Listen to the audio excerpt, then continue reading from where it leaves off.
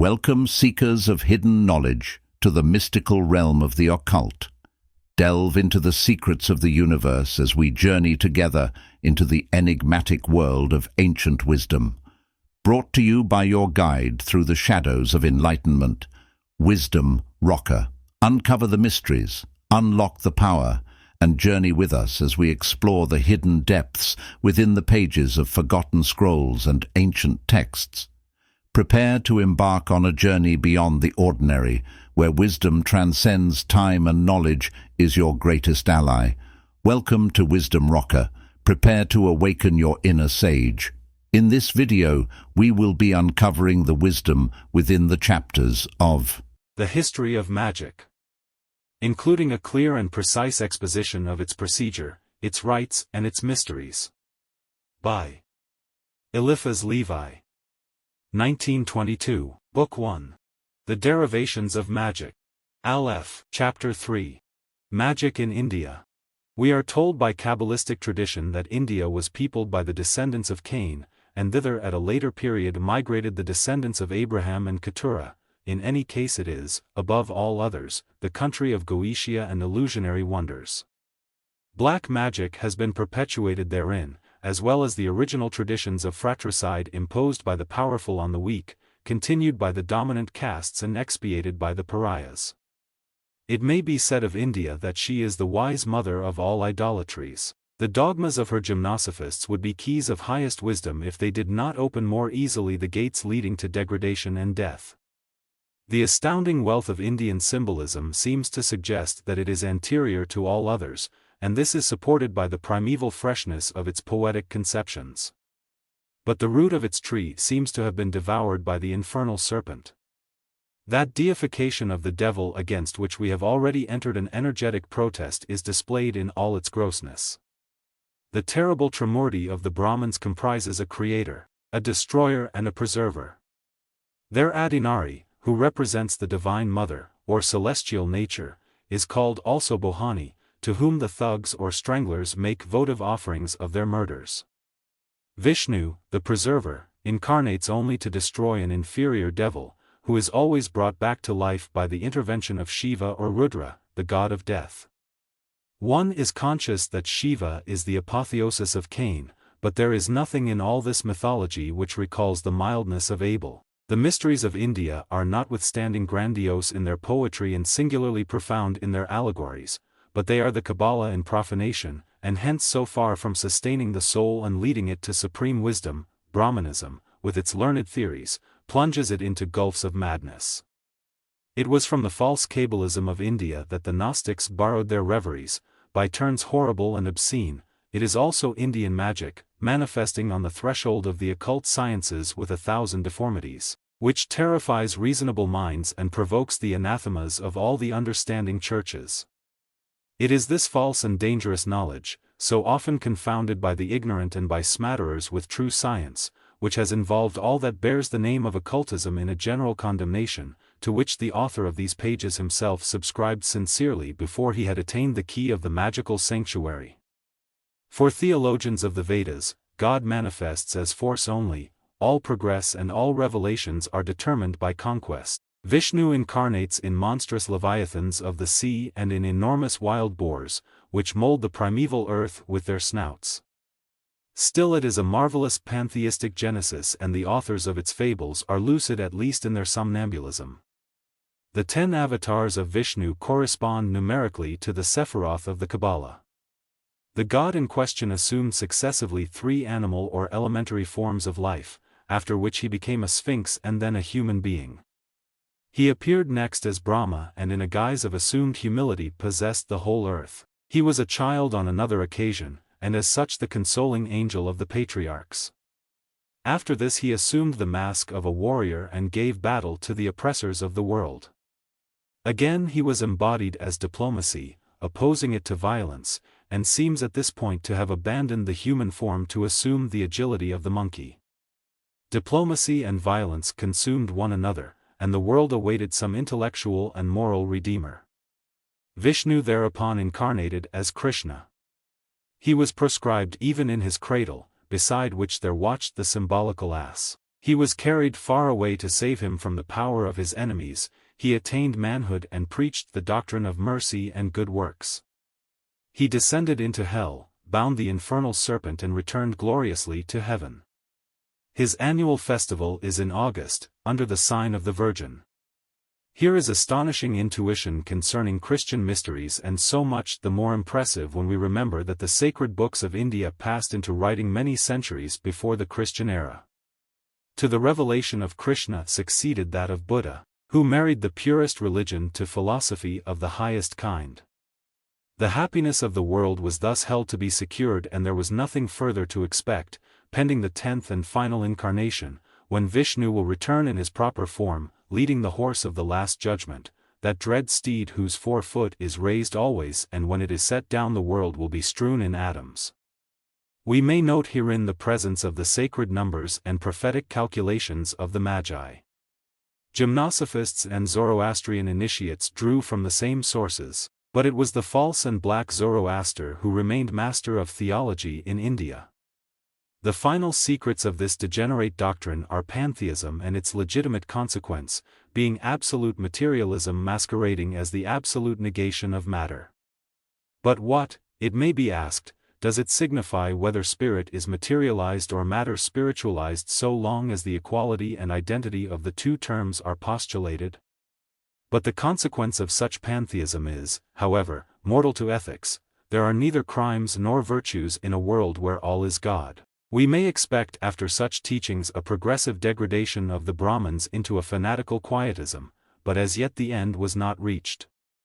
It remained for their great magical ritual, the Indian book of occultism, otherwise the Oap Panad, to furnish the physical and moral means of consummating the work of their stupefaction and arriving by a graduated method at that raving madness termed by their sorcerers the divine state.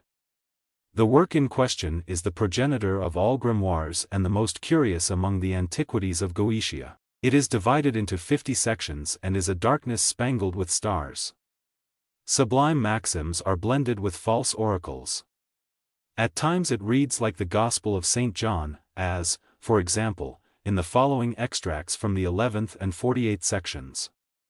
The angel of creative fire is the word of God, which word produced the earth and the vegetation that issues therefrom, together with the heat which ripens it. The word of the Creator is itself the Creator and is also his only Son. Now, on the other hand, the reveries are worthy only of the most extravagant arch-heretics, matter being only a deceptive appearance, the sun, the stars, and the very elements are genii, while animals are demons and man is a pure spirit deceived by the illusions of forms. We are perhaps sufficiently edified by these extracts in respect of doctrinal matters and may proceed to the magical ritual of the Indian enchanters. In order to become God, the breath must be retained, that is to say, it must be inhaled as long as possible, till the chest is well distended, and in the second place, the divine Om must be repeated inwardly 40 times while in this state. Expiration, in the third place, follows very slowly, the breath being mentally directed through the heavens to make contact with the universal ether. Those who would succeed in this exercise must be blind, deaf and motionless as a log of wood. The posture is on knees and elbows, with the face turned to the north. One nostril is stopped with a finger, the air is inhaled by the other, which is then also closed, the action being accompanied by dwelling in thought on the idea that God is the Creator, that He is in all animals, in the ant even as in the elephant. The mind must be absorbed in these thoughts. Om is at first recited 12 times and afterwards 24 times during each inspiration, and then as rapidly as possible. This regimen must be continued for 3 months, without fear, without remission, eating and sleeping little. In the 4th month the devas will manifest, in the 5th you will have acquired all qualities of the devatas, in the 6th you will be saved and will have become God. What seems certain is that in the 6th month the fanatic who is sufficiently imbecile to persevere in such a practice will be dead or insane. If, however, he should really survive this exercise in mystic breathing, the Oap Panad does not leave him in the happy position mentioned but makes him pass to other experiences. With the end of one finger close the anus, and then draw the breath from below upwards on the right side, make it circulate 3 times round the second center of the body, thence bring it to the navel, which is the third center, then to the fourth, which is the middle of the heart, subsequently to the throat, which is the fifth, and finally to the sixth, which is the root of the nose. There retain the breath, it has become that of the universal soul. This seems simply an autohypnotic method of inducing a certain cerebral congestion. But the author of the treatise continues.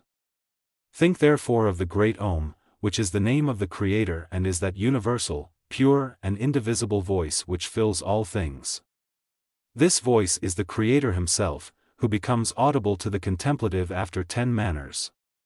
The first sound is like that of a little sparrow, the second is twice the first in volume, the third is like the sound of a cymbal, the fourth is as the murmur of a great shell, the fifth is comparable to the song of the Indian lyre, the sixth is like the sound of the instrument called tal, the seventh resembles the sound of a bacaboo flute, held close to the ear, the eighth is like that of the instrument called package, which is struck with the hand, the ninth is like the sound of a little trumpet and the 10th like that of a thunder cloud.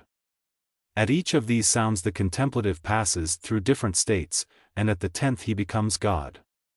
At the first sound the hairs of his whole body rise erect, at the second, his limbs become torpid, at the third, he feels through all his frame the kind of exhaustion which follows the intercourse of love, at the fourth, his head swims and he is as one intoxicated, at the fifth, the life force flows back into his brain, at the sixth, this force descends into him and he is nourished thereon, at the seventh, he becomes the master of vision, can see into the hearts of others, and hears the most distant voices.